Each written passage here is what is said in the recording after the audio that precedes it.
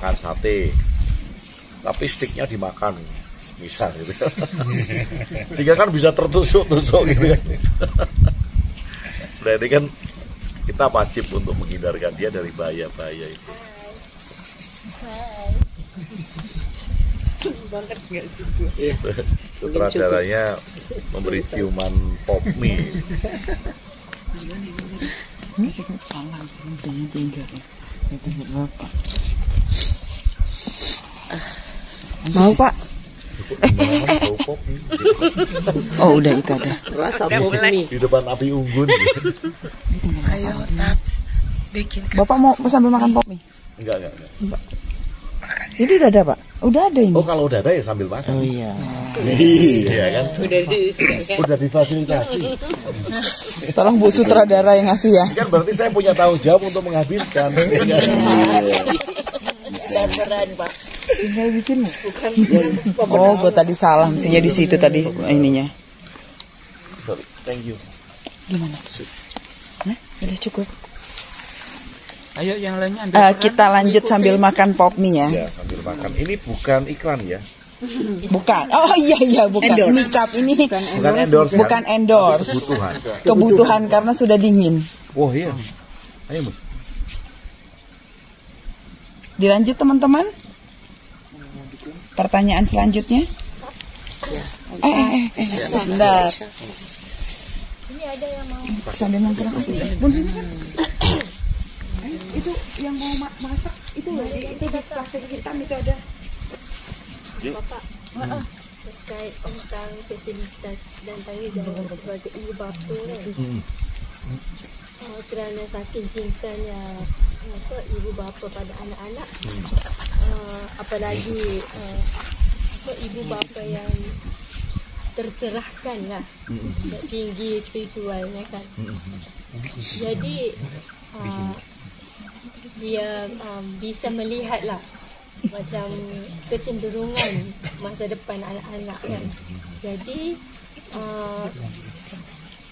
ada ibu bapa yang membuat misalkan macam memberi jalan supaya anak-anak ni ikut cara. Contohnya walaupun anak ni dah berkeluarga, tapi dia lihat macam anak ni tak mampu nak memimpin keluarga sendiri, so dia macam mengatur-ngatur kan. Misalkan juga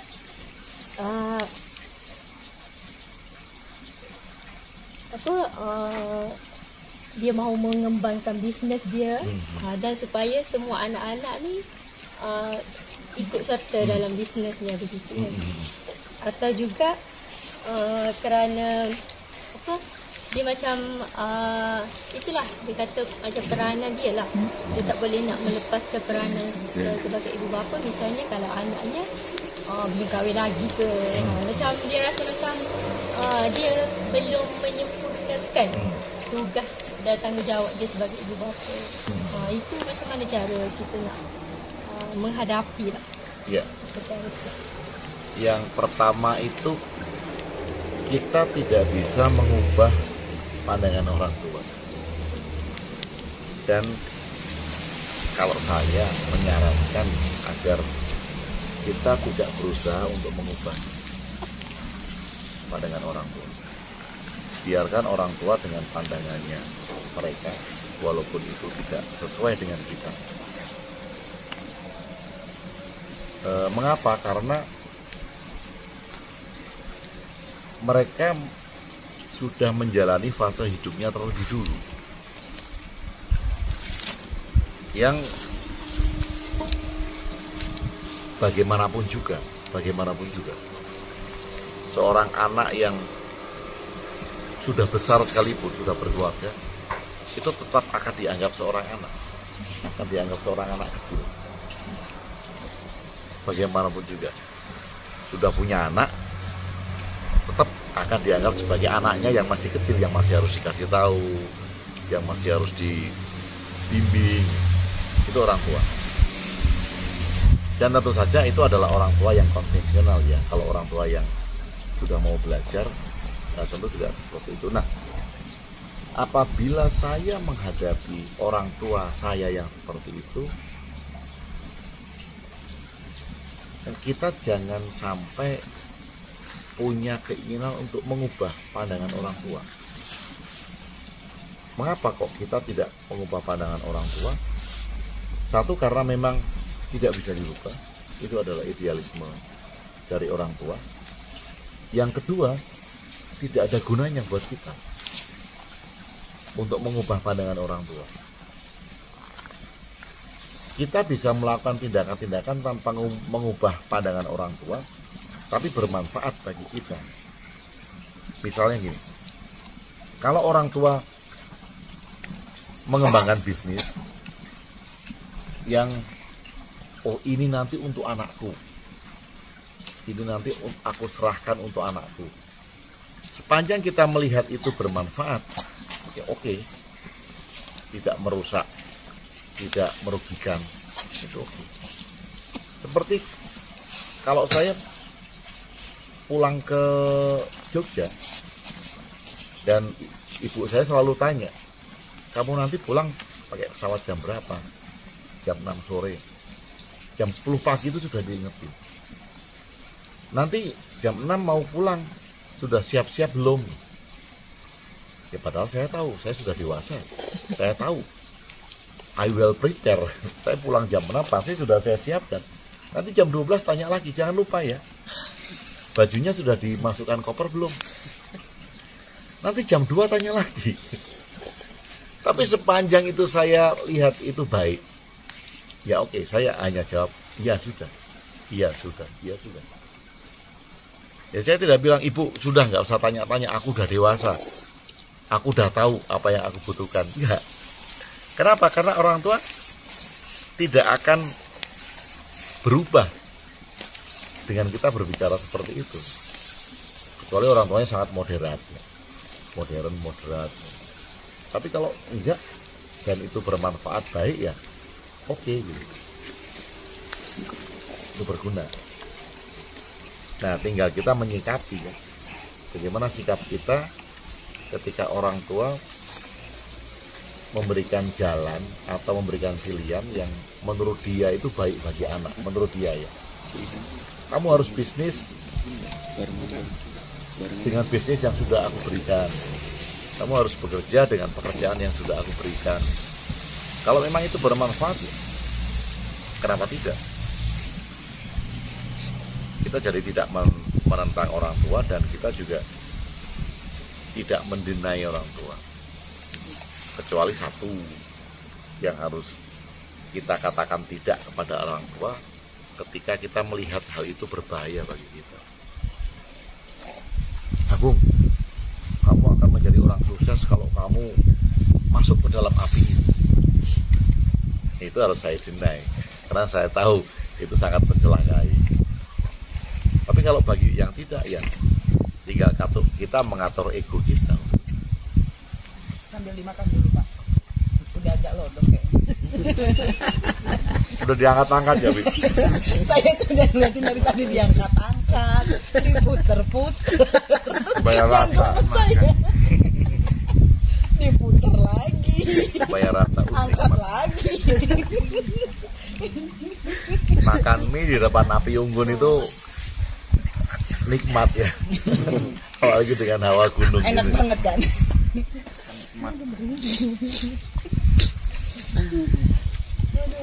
Lanjut Mus, masih banyak Mus, jangan dikasih kendor.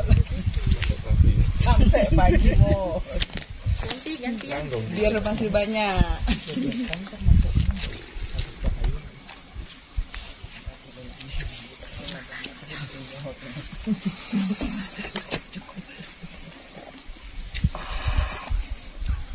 Lanjut. Kalau misalnya gini Pak, ini ada pertanyaan dari Ibu Sutradara kedua. Yang udah bisik-bisik Pak, saya comot aja pertanyaannya. Misalnya saya punya anak yang sudah dewasa ya Pak ya.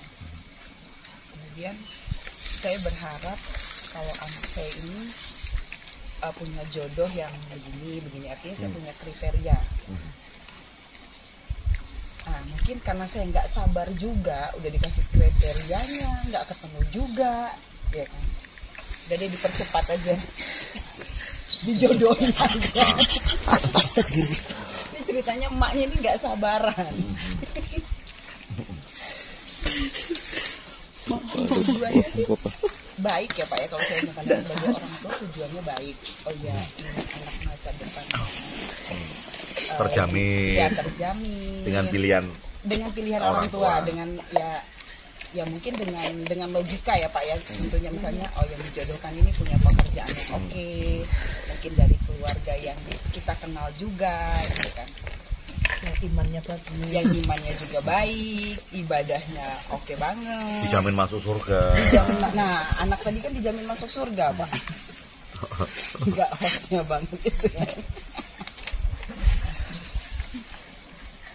Nah, ini kan tadi seperti yang Bapak bilang tadi, bahwa ada hal yang memang kita, kalau saya misalnya saya memposisikan diri sebagai anak gitu Pak, ini anak ini berhak untuk menolak atau karena memang kriterianya bagus, ya udah harus terima aja. Iya, harus ada kata harus terima gitu, karena kan dengan logikanya ini cowok udahlah udah pas gitu misalnya. Ini kan masih related dengan Aisyah tadi kan. Iya. Kalau orang tua memberikan jalan bagi anaknya kan, kebetulan kalau itu tadi pertanyaannya ada bisnis orang tua, ada